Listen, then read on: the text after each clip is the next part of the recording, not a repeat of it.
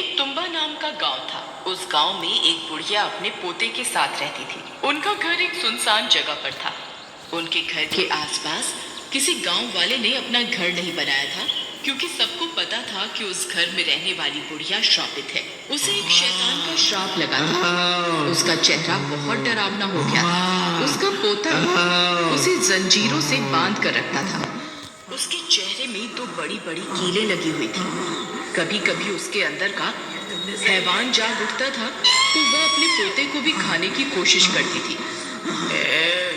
कहाँ मर गया तू? जल्दी मुझे आटे की गुड़िया दे, नहीं तो मैं तुझे ही खा जाऊंगी। दादी थोड़ा सब्र रखो, खाना ला रहा हूँ, बस अभी आया। फिर हीरा उसके लिए आटे की गुड़िया बनाकर लाता है और उसकी तरफ फेंक देता है। फिर वह गुड़िया जानवरों की तरह उस आटे की गुड़िया को खाने लगती है। बहुत भूख लगी है। फिर वह आटे की गुड़िया को खाकर उसे थोड़ी तृप्ति मिलती है और वह कुछ शांत होती है। दादी तुम्हारी ऐसी हालत कैसे हो गई? बेटा, मैं आज तुझे एक सच बताने जा रही हूँ। इसके बारे में किसी गांव वाले को नहीं बताना, नहीं तो अनर्थ हो जाएगा। बहुत साल पहले मुझे जंगल में एक खजाने के बारे में पता चला था। उसे पाने के लिए मैं कुएं में उतरी। वहाँ एक शैतान था जो जन्म जन्म का भूखा था। उसकी कमर में एक सोने की पोटली बंधी हुई थी। मैंने उसकी तरफ आटे की गुड़िया फेंकी तो वह उसे खाने में मगन हो गया। तभी मैंने उसकी सोने की पोटली को खंजर से काट दिया।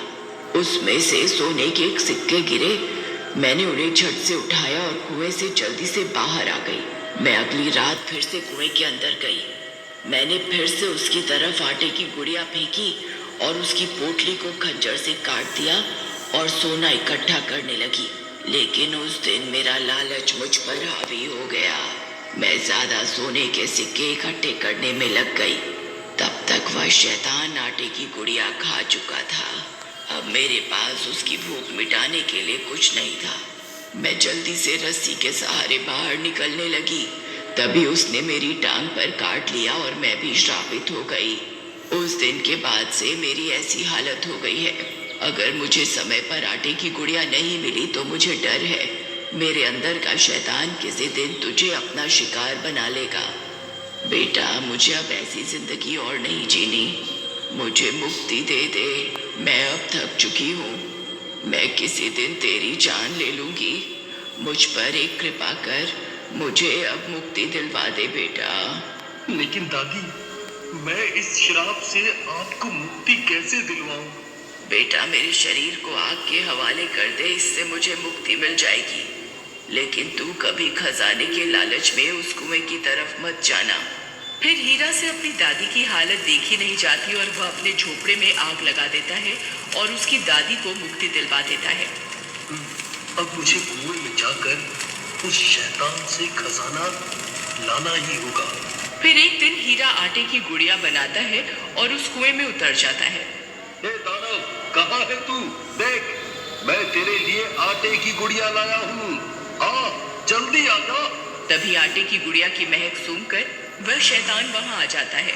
उसे देखकर हीरा की सिट्टी पिट्टी गुल हो जाती है। अरे, मर गया रे। दादी की बात तो सच निकली। यहाँ तो सच में एक शैतान है। फिर वह शैतान उसकी ओर बढ़ने लगता है।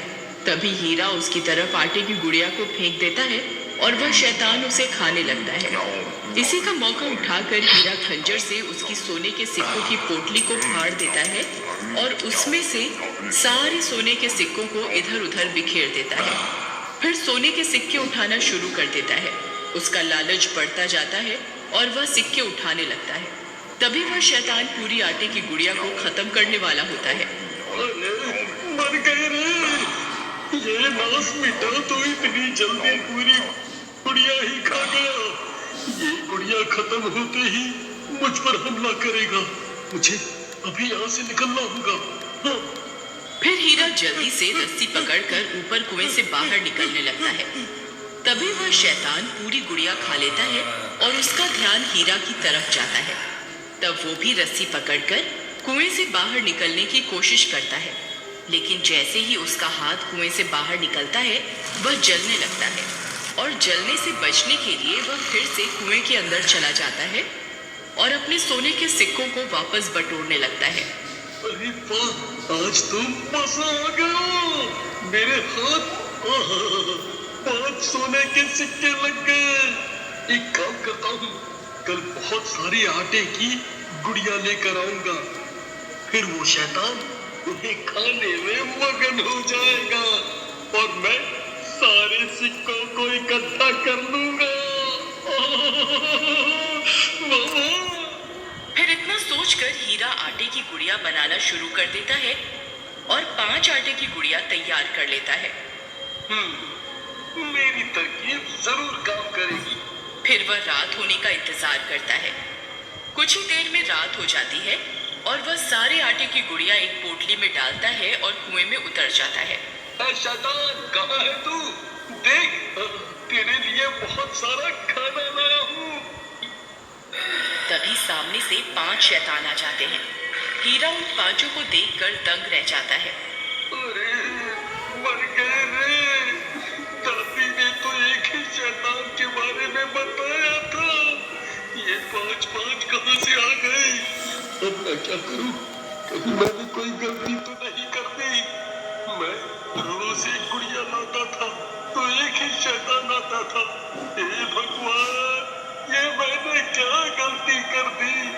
इसके बाद तो मैंने सोचा ही नहीं। अब क्या करूं?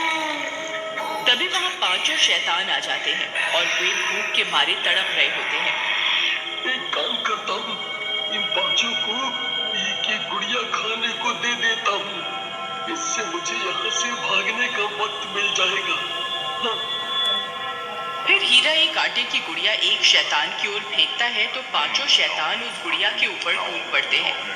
कोई उसकी टांग खा जाता है तो कोई उसका सिर, और पलक झपकते वो 5 मिलकर उस गुड़िया को खा जाते हैं। अरे मर गए रे, इन 5 ने मिलकर एक झटके में गुड़िया हजम कर ली। अब क्या करूं? यहाँ से कैसे निकलूं? कैसे निकलूं? फिर वह बची हुई 4 गुड़िया को एक साथ उनकी तरफ फेंक देता है। 5 में से 4 शैतानों को एक एक गुड़िया मिल जाती है। वह चारों उन्हें खाने में मगन हो जाते हैं, लेकिन एक शैतान अभी भी भूखा होता है और हीरा की तरफ देख रहा होता है। अरे मर गया रे, इस नाश मिटे के हिस्से में तो कुछ आया ही नहीं। अरे भागो रे, भागो रे। फिर जैसे ही हीरा रस्सी पकड़कर ऊपर से निकलने की कोशिश करता है, वो 5वां शैतान उसकी टांग पकड़ लेता है और उसकी टांग पर काट खाता है। अरे मर गया रे। अरे कब्बा, छोड़ मेरी टांग। अरे ये तूने क्यों कर दिया कब्बा? फिर हीरा किसी तरह कुएं से बाहर निकलता है। अरे बहुत दर्द हो रहा है रे।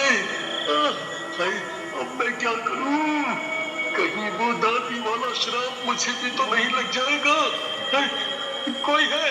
कोई मेरी मदद करो, कोई मेरी मदद करो। फिर देखते ही देखते हीरा भी शैतान में बदल जाता है। उसे भी श्राप लग जाता है। फिर हीरा अपने दोनों हाथ और पैरों के सहारे चलने लगता है। उसे बहुत भूख लगती है और वह आटे की गुड़िया की खोज में पूरे गांव में भटकने लगता है। मुझे बहुत भूख लगी है। मैं किसी को नहीं छोड़ूंगा। गांव वाले उसे छुप छुप कर देखने लगते हैं। किसी को कुछ समझ में नहीं आता कि हीरा ऐसे दोनों हाथ और पैरों के सहारे क्यों चल रहा है और उसकी ऐसी हालत कैसे हो गई। फिर हीरा पूरी रात गांव में भटकता भटकता जंगल की तरफ निकल जाता है। उसके वहां से जाते ही गांव वाले अपने घरों से बाहर निकल कर आ जाते हैं। अरे भाई, ये हीरा को क्या हो गया? ये तो बिल्कुल जानवर जैसा बन गया है। भाई, मुझे तो लगता है इसे इसकी दादी ने काट खाया है, तभी ये भी श्रापित हो गया है। फिर सभी गांव वाले हीरा के घर की ओर दौड़ पड़ते हैं। जब वे वहां पहुंचते हैं तो दंग रह जाते हैं। वह घर पूरी तरह से जला हुआ होता है। वहां उन्हें उस बुढ़िया का कंकाल भी मिलता है। उन्हें कुछ समझ में नहीं आता कि आखिर क्या हो रहा है। फिर रात होने पर उन गांव वालों को हीरा के तड़पने की आवाजें जंगल से आती हुई सुनाई देती हैं। मैं किसी को नहीं छोड़ूंगा, मुझे आटे की कड़िया दो।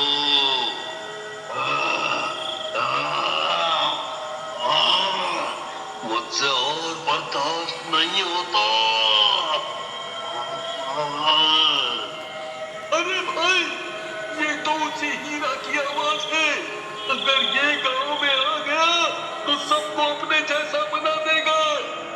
अरे भाइयों, देखो हीरा इसी ओर आ रहा है।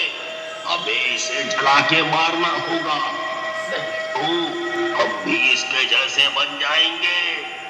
फिर जैसे ही हीरा वहां पहुंचता है, सभी गांव वाले मशाल उसकी तरफ फेंक देते हैं और हीरा जलने लगता है। गांव वालों, तुम्हारा बहुत बहुत शुक्रिया। तुमने मुझे मुक्ति दिलवा दी। मैं लालची बन गया था। मुक्ति। लेकिन वह कुएं का दानव आज भी उस कुएं में अपने शिकार का इंतजार कर रहा।